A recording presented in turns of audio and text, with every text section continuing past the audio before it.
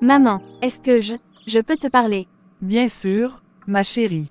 Viens t'asseoir. Non, je dois dire ça debout.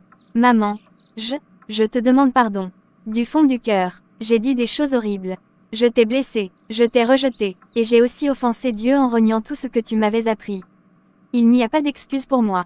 Aucune. Lisa, je te pardonne. Je te pardonne tout. Mais comment, après tout ce que j'ai fait? Et toi, est-ce que tu peux me pardonner à ton tour? De t'avoir caché des choses sur ma vie, sur ton père. De ne pas t'avoir fait confiance plus tôt. J'aurais dû trouver le courage de te dire la vérité. Maman, c'était pour me protéger, je le vois maintenant. Les ombres, ma fille. Les ombres de la destruction, de la perversion, du mensonge. Elles planaient sur nous, elles voulaient détruire notre lien. Mais regarde, c'est dans la vérité qu'elles tombent. Toujours, j'ai toujours su, au fond de mon cœur, que Dieu finirait par faire jaillir la lumière, d'une manière ou d'une autre. Sa lumière a percé nos ténèbres. Je suis si désolée. Écoute-moi, dans mon cœur, il y a une place toujours réservée au pardon. Pour tout le monde, et surtout pour toi. Tu es ma fille, je t'aime. Mais, tu es si bonne. Et moi, j'ai été si mauvaise vraiment. J'ai été une très mauvaise personne, Lisa. Dans le passé, j'ai fait des choix sombres. Et pourtant, j'ai reçu le pardon de Dieu. Un pardon que je ne méritais pas. Alors, comment pourrais-je, à mon tour, refuser de pardonner? C'est un devoir, une grâce. Nous recommençons à zéro, aujourd'hui. Ensemble.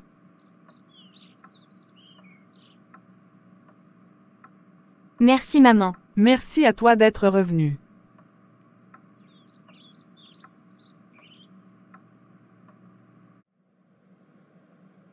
Matty, on a un problème, un gros. Qu'est-ce qui se passe, Amos? Tu as l'air d'avoir vu un fantôme. C'est pire qu'un fantôme, on a une taupe, dans nos rangs. Une taupe, ici. Est-ce que tu es sérieux? Becky a lâché un nom pendant son interrogatoire. J'ai mené une petite enquête discrète de mon côté, et certaines coïncidences sont devenues des évidences. Qui donc? Daniel. Daniel. Notre Daniel. Mais, c'est impossible. Il est avec nous depuis 10 ans. Je n'en reviens pas non plus. Mais les preuves circonstancielles sont là. Des fuites sur des opérations qui coïncident avec ses jours de service, des appels vers des numéros enregistrés sous des noms factices. Tout pointe vers lui. Daniel. Mon Dieu. Tout ce qu'il a su sur l'enquête Lisa, sur nos plans pour le Vortex. Gilbert était toujours un coup d'avance. C'était lui. Oui, et il a fallu qu'une petite frappe comme Becky nous le révèle pour qu'on ouvre les yeux. Où est-il en ce moment?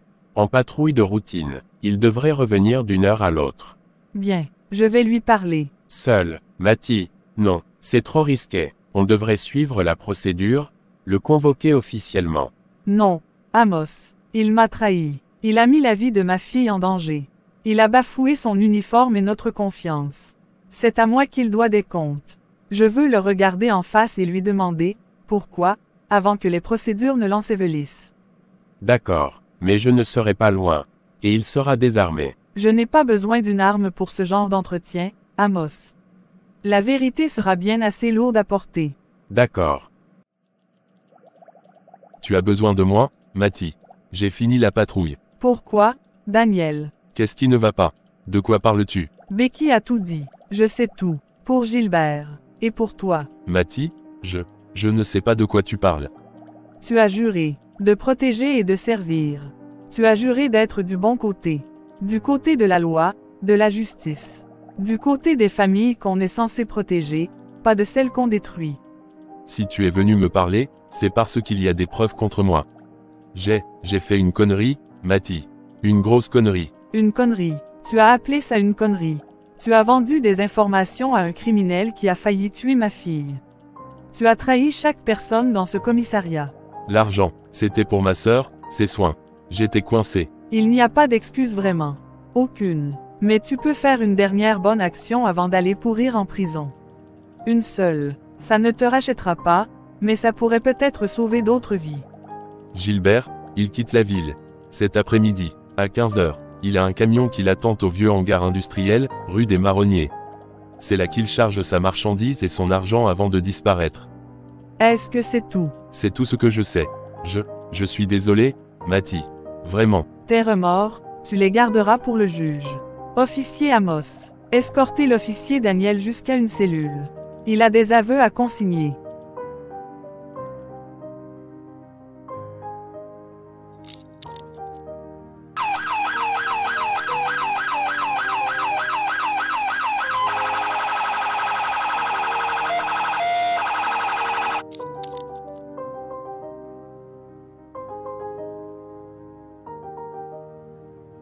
Je pense que c'est la dernière fois que je te sers un café en tant que collègue.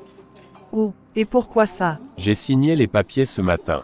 C'est officiel. Je prends ma retraite. Vraiment, cette fois, c'est la bonne. Cette fois, c'est la bonne. Gilbert, Béa et Daniel sont derrière les barreaux, l'affaire est bouclée. C'est le bon moment pour passer la main. Et qu'est-ce que tu vas faire de tout ce temps libre? Pêcher, vraiment, pas juste en parler. Passer du temps avec mes petits-enfants. Et surtout, aller à l'église. Réapprendre à écouter le silence. Amos, je ne te remercierai jamais assez d'avoir repoussé ta retraite pour moi. Tu as été un ami fidèle. Je crois sincèrement que Dieu t'a placé sur mon chemin pour être sa main tendue dans cette épreuve. On est partenaires, c'est tout. Mais merci de dire ça. Et toi, quand est-ce que tu vas t'arrêter? Moi aussi, je vais y réfléchir sérieusement. Je pense prendre ma retraite dans 1 an. J'ai donné assez à ce métier. Il est temps que je donne du temps à ma fille. Et à Dieu, pour de vrai. C'est une sage décision. D'ailleurs, comment va Lisa? Elle se reprend, petit à petit. Les séquelles sont là, mais elle se bat. Elle envisage même de reprendre ses cours à l'université l'année prochaine.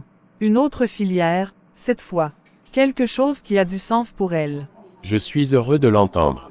Prends soin d'elle, Matty. Et prends soin de toi aussi. Je le ferai, toi aussi prends soin de toi.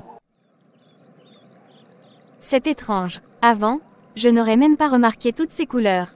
On voit mieux la lumière quand on a connu l'ombre.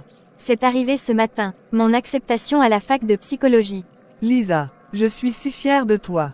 Aider les autres à trouver leur chemin. C'est tellement toi, maintenant. C'est grâce à toi, et à notre groupe de parole à l'église aussi. Aider ces autres adolescents, ça m'a guéri, en quelque sorte. Non, ma chérie, Dieu t'a guéri, et tu as aussi choisi de te battre.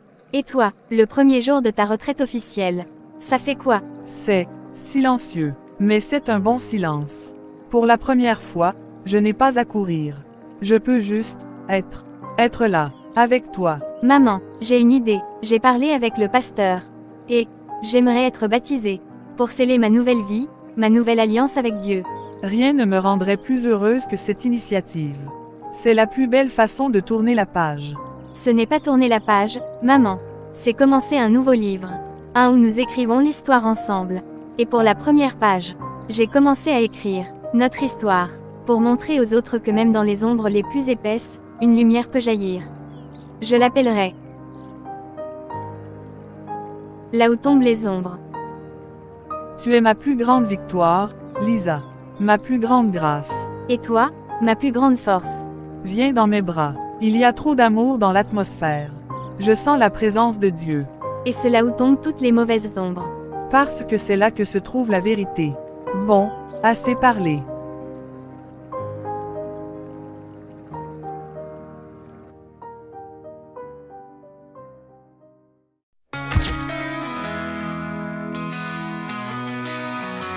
Là où tombent les ombres, je n'ai pas peur, car ta lumière éclaire mon cœur. Sous tes ailes, je trouve un refuge. Ton amour fidèle jamais ne s'épuise. Tu combats pour moi, Seigneur des armées.